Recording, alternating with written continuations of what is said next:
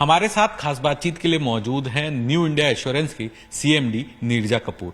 Ma'am, हमारे साथ जुड़ने के लिए बहुत बहुत शुक्रिया। ईटी नाउ स्वदेश से बातचीत करने के लिए आपसे मैं यही समझना चाहूँगा, जो चौथी तिमाही के नतीजे पेश किए वहाँ पर हमें दिख रहा है कि प्रीमियम में ग्रोथ तो दिख रही है, लेकिन कंबाइंड रेशियो का जो है वहाँ पर अभी भी थोड़ा स्ट्रेस है। इसके अलावा इस तिमाही के अंदर ऐसे 3 कौन से बड़े बिंदु रहे जो नतीजों में दिख रहे हैं?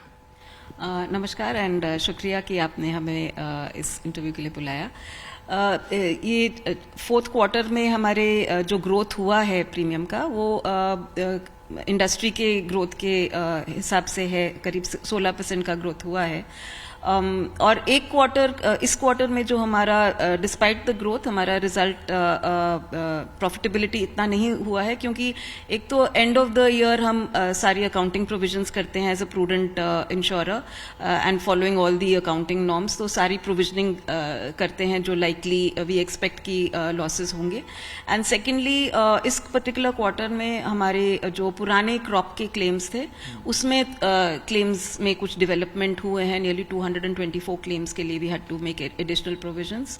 और साथ में जो हमारे फॉरेन ऑफिसेज हैं वहाँ पे थोड़े से लार्ज क्लेम्स रिपोर्ट हुए हैं, पर्टिकुलरली कैटास्ट्रोफिक क्लेम्स, जैसे न्यूजीलैंड ऑकलैंड में फ्लड क्लेम्स 2 बार आए थे इसी क्वार्टर में, और टर्की में अर्थक्वेक का क्लेम्स हैं, उसमें कुछ इम्पैक्ट आया है, और ऐसे कुछ और क्लेम्स थे जो फॉरेन ऑफिसेज से आए हैं, तो उसका इम्पैक्ट इस क्वार्टर में हुआ है। मगर आई वुड रिक्वेस्ट कि एक ही क्वार्टर में देखें ना, क्योंकि इंश्योरेंस सेक्टर ऐसा है कि पूरे साल का नतीजा देखना चाहिए। एक ही क्वार्टर में देखेंगे तो ऐसा हो सकता है कि 2 क्वार्टर या 3 क्वार्टर में बहुत अच्छा एक्सपीरियंस रहा हो, मगर फोर्थ क्वार्टर में एडवर्स जाता है। तो पूरे साल का अगर आप देखें तो न्यू इंडिया ने बहुत अच्छा परफॉर्मेंस किया है, और हमारा प्रॉफिट आफ्टर टैक्स 1055 करोड़ है। पिछले साल इसी समय पूरे साल के लिए 21-22 का परफॉर्मेंस में हमारा profit after tax only 164 crore था। उसमें कोविड का इम्पैक्ट था। इस साल our claims experience has been better, and our company has performed much better. Ma'am, अगर मैं नतीजों को देखूं तो वहां पर जो इन्वेस्टमेंट के जरिए जो इनकम है वो पिछले साल मार्च के मुकाबले इस साल मार्च में दुगनी हुई है। तो ऐसा क्या इन्वेस्टमेंट जो आपने है प्रॉफिट बुक किया जिसमें इनकम डबल होती हुई दिखी? तो इन्वेस्टमेंट एनवायरनमेंट काफ़ी अच्छा रहा है, and because of government of India making so many improvements in the overall market, तो ओवरऑल इन्वेस्टमेंट इनकम हमारा वैसे भी बढ़ा है, और ऑल्सो हमारी जो वेज रिविजन की के वजह से हमारा इम्पैक्ट हुआ है। तो we had a total outgo of nearly 3,300 crore का जो इंक्रीज था due to wages and pension increase. We decided to take the entire burden in this current year. तो उसके लिए हमने डिसाइड किया कि मार्केट कंडीशंस अच्छी हैं तो हम अपने इन्वेस्टमेंट इनकम का यूज करें, तो उसकी वजह से आप देख रहे हैं कि देयर इज सम इंक्रीज।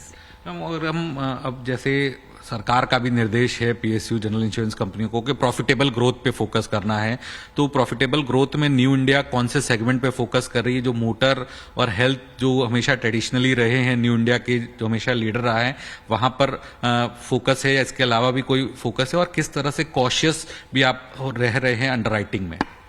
हमारा फोकस हमेशा रहा है प्रॉफिटेबल ग्रोथ के लिए, मगर कई बार जैसे मैंने पहले बोला, कई बार कैटास्ट्रोफिक क्लेम्स आ जाते हैं, कई बार जैसे क्लेम्स ये पैंडेमिक की वजह से आ गए थे, तो उसकी वजह से हमारा प्रॉफिट इतना ज़्यादा नहीं रहा था। फोकस तो हमेशा रहता है कि we grow on the good lines of business. हर लाइन ऑफ बिजनेस, जैसे प्रॉपर्टी है, हेल्थ है, फायर है, उसमें some lines are profitable, some segments are profitable, some segments are not so profitable. तो उसमें एनालाइज करना पड़ता है, ड्रिल डाउन करना पड़ता है, देखना पड़ता है कि कौन से सेगमेंट में रिपीटेड लॉसेस आ रहे हैं, कौन से सेगमेंट को या तो हम टर्म से इम्प्रूव करें या प्राइस से इम्प्रूव करें, और अगर नहीं हो रहा है then we have to take a decision to let go of that particular renewal और पर्टिकुलर सब सेगमेंट। तो ऐसे ही हम एग्जामिन कर रहे हैं, एंड वी आर फोकसिंग कि हम सिर्फ टॉप लाइन पे ना फोकस करें, पर दोनों top line as well as bottom line पे फोकस करें। And particularly motor and health में जहां हमने देखा है कि losses have traditionally been more, तो we are trying to improve our performance there. Ma'am, और ये जो सिंगल लिमिट ईओएम के नए नियम हैं 1 अप्रैल से लागू हुए, तो इसका कितना इम्पैक्ट न्यू इंडिया एश्योरेंस को होगा? ये बहुत पॉजिटिव डेवलपमेंट है एंड इसके लिए मैं IRDA चेयरमैन एंड सभी मेंबर्स को थैंक्स करना चाहूँगी on behalf of the entire insurance industry. I think everyone is very happy कि ये इम्प्रूवमेंट्स आई हैं, पर्टिकुलरली एक्सपेंसेस ऑफ मैनेजमेंट जिसकी आप बात कर रहे हैं। इससे एंटायर सेक्टर में लेवल प्लेइंग फील्ड आता है। जैसे पहले PSUs थोड़ा सा पब्लिक सेक्टर जो ऑर्गेनाइजेशंस थी, we were not in a position to reward our intermediaries for good business. Now there is a level playing field और हम भी ये we can attract better lines of business and better business, जिसकी वजह से हमें expectation है कि इनकम क्लेम्स रेशियो भी इम्प्रूव होगा।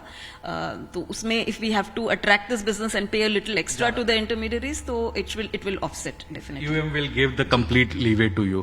मैम, इसके अलावा जो कंबाइंड रेशियो है अभी भी आपका 119 पे बना हुआ है, तो वहां पर उसको सुधार लाने के लिए किस तरह के कदम उठाए जाएंगे और क्या टारगेट है जो आप सेट कर रही है कि कंबाइंड रेशियो को आपको इस स्तर तक लाना है?